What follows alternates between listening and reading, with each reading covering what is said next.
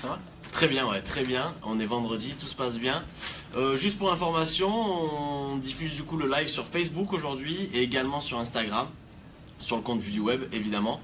Donc vous pouvez nous retrouver à deux endroits différents. La qualité d'Instagram sera moindre car l'outil technologique utilisé est une moins bonne version.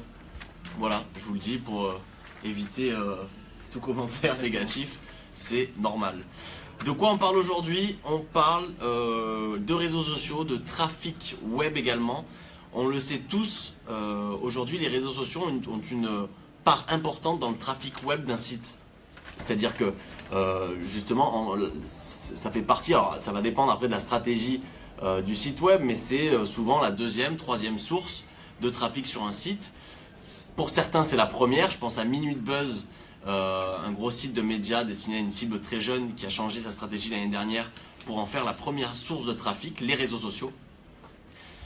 Et on va voir comment de nouveaux réseaux sociaux, de nouvelles applications, sans citer son nom, voilà, influencent ce trafic-là et mettent en place des fonctionnalités pour influencer de plus en plus voilà, les sources de provenance sur site web. Bon, on va citer son nom quand même. Mais on va être obligé. On va être obligé. Mais c'est Snapchat. Encore? Désolé Cédric, on sait que Snapchat Ouais. c'est un sujet récurrent ici, mais pour le coup ils ont sorti une nouvelle fonctionnalité qui date d'il y a quelques jours à peine.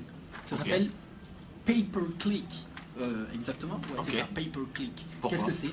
C'est très simple. Désormais sur Snapchat, il est possible de mettre un lien directement pour aller sur un site internet. D'accord. C'était possible avant avec de la publicité forcément, mais bon le ticket d'entrée était un peu cher. Alors il faut que tu nous expliques où et comment. Très simple, d'accord. On prend une photo Instagram, vous allez avoir sur le côté les différentes Snapchat. Différentes fonctionnalités sur la droite, la couleur. Il y a désormais d'ailleurs une autre fonctionnalité qui sont les arrière-plans. Et vous allez avoir un petit trombone, le symbole de la pièce jointe. Vous allez cliquer dessus et vous allez pouvoir directement rentrer une URL, la valider et l'ajouter à votre Snap. Comme si c'était une pièce jointe, tout simplement. C'est-à-dire que moi je reçois ton Snap. Exactement. Qu'est-ce qui s'affiche? Tu vas recevoir mon Snap et tu vas pouvoir sweeper vers le haut pour voir directement le site web. Ok. C'est sympa. Donc on peut envoyer une photo et un lien de destination vers un site web. Exactement. N'importe quel site? Pour l'instant c'est n'importe quel site. Je n'ai pas testé tous les sites, mais on a essayé par exemple avec Vue du Web, ça a marché. On arrive sur une page en plus en profondeur, que ce soit la page d'accueil ou les pages à l'intérieur du site, forcément. Et on arrive directement sur la page en question. C'est hyper intéressant. C'est le même format que sur les publicités, donc vous sweepez vers le haut et vous arrivez directement sur le site. Mais cette fois, c'est sur des snaps organiques.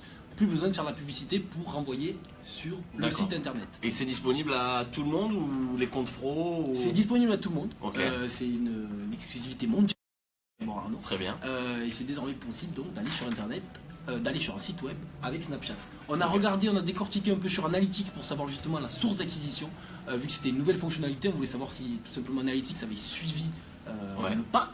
Ce qui n'est pas le cas, puisque, enfin, ce qui n'est pas le cas, plus ou moins, puisque la source du trafic est considérée comme un trafic direct.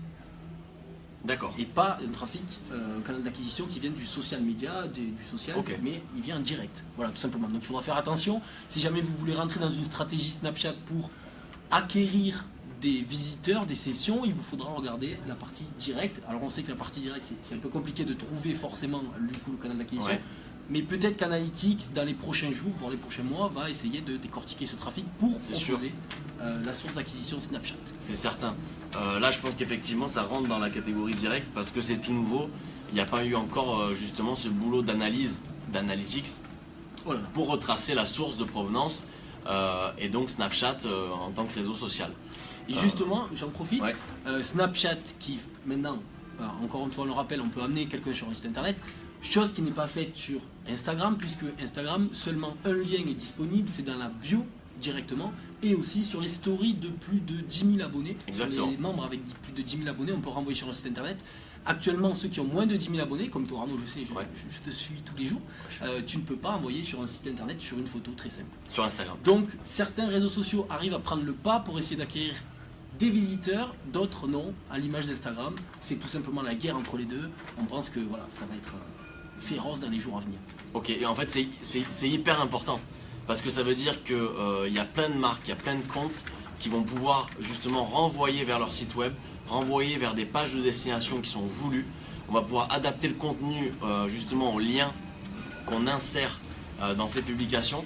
Donc c'est hyper important pour les stratégies social media de plein de marques, de plein de freelance, de plein de blogueurs, de plein de youtubeurs, etc. etc. Et on peut même d'ailleurs réfléchir à plus gros termes. On sait que Snapchat a sorti les Snap Maps, donc pour voir tout simplement des snaps publics un peu partout dans le monde. Imaginons que Arnaud ait sa propre entreprise, il va pouvoir mettre un snap sur la place de la Comédie en public. On va pouvoir regarder du coup tous les snaps publics, arriver sur ton snap avec le lien et accéder directement à ton site internet. Ça va augmenter la visibilité et vous permettre d'acquérir encore plus de visiteurs et de prospects qualifiés pour le coup. Et quand on sait que sur Snapchat, le taux d'attention, en tout cas sur les publicités et les snaps, est tout simplement énorme, on pense que ça peut... Pas sur les publicités. Pas sur les publicités, mais sur des snaps organiques, très simples, pardon. Le taux d'attention sur Snapchat est très fort et donc on pense que ça va cliquer, les CTR vont exploser. Exactement. Donc nous ce qu'on va faire, c'est qu'on va regarder justement comment Google Analytics va traiter cette nouvelle donnée. Comment justement on va pouvoir retracer cette source de provenance. On vous tiendra au courant, j'imagine. Oui. Thomas est sur l'affaire. Tu as parlé un petit peu de publicité. Du coup ça me permet de te faire la transition pour le deuxième sujet. Je crois que tu as pas mal de choses. Tu as des nouveaux formats publicitaires, c'est ça? Pas mal de choses, j'ai juste 2 formats publicitaires. Sur quel AdSense, vous savez, AdSense c'est la plateforme qui vous permet de... Google AdSense? Google AdSense, pardon. La plateforme qui va vous permettre de gagner des sous si vous avez un site internet. Vous allez tout simplement créer un compte sur cette plateforme et vous allez pouvoir accepter la publicité de Google sur ces sites-là. Alors c'est des bannières spécifiques, bannières display. Et cette fois, Google AdSense a sorti 2 nouveaux formats publicitaires pour maximiser les revenus de ces sites, de ces personnes, de ces éditeurs, mais aussi pour améliorer l'expérience utilisateur. Ok. Tu veux savoir lesquels c'est? Ah ouais, j'attends ton analyse. Alors, je vais te dire exactement en anglais, c'est le in-feed. Le in-feed, ça va être sur des listes produits ou des listes articles. Il y a tout simplement un article ou un produit qui va se fondre entre les différents articles. C'est exactement un article si vous voulez sponsoriser, mais pour le coup c'est Google qui va mettre cette publicité dessus. Donc ça c'est bénéfique pour qui?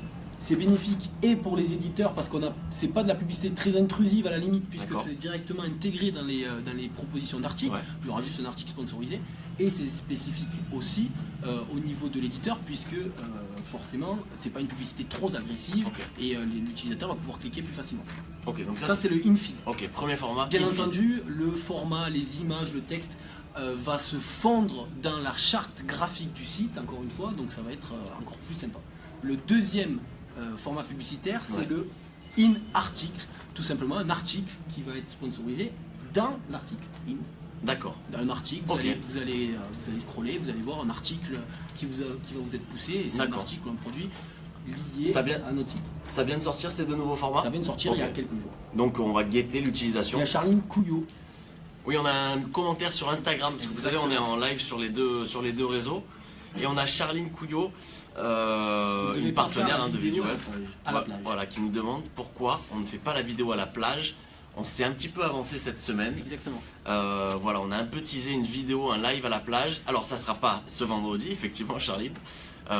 On n'a pas de raison. Ça sera un vendredi. Ça sera un vendredi. Ça sera pas le prochain également, parce que le prochain est férié.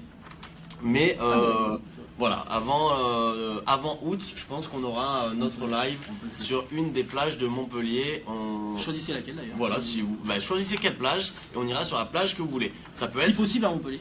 Si possible à Montpellier, mais si vous, on peut choisir autre chose. On peut la Normandie. Voilà, on peut aller sur les plages du débarquement, il n'y a pas de problème, on est très mobile. Voilà. C'était les 2 grosses informations. Exactement, c'était les 2 grosses. Petite chose aussi, c'était des publicités natives. Voilà. Ok, important. Écoute, très bien Thomas.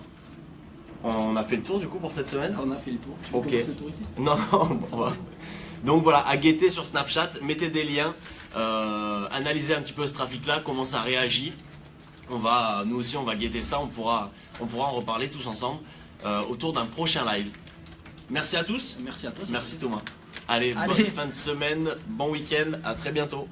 Et dernière chose, vous pouvez retrouver le live sur la page YouTube de Vue du Web dans le courant de l'après-midi, je pense. Voilà, tous les lives justement sont réimportés sur la page YouTube pour que vous puissiez les voir en replay, même si c'est disponible sur Facebook, vous l'aurez également sur YouTube. Et on va se quitter en musique, je crois. C'était prévu. Ah oui. Ça c'est joli. On se quitte en musique parce que. Merci Serge. Exactement. Cette semaine, on a un petit peu on a été très nostalgique. Exactement. Sur les playlists de l'agence. Et donc en fond, je sais pas si on entend, mais c'est la tribu de Nana. Donc certains ont grandi avec cette musique. Je crois que la tribu de Nana, année de sortie, c'est 98. Une belle année hein, pour la France.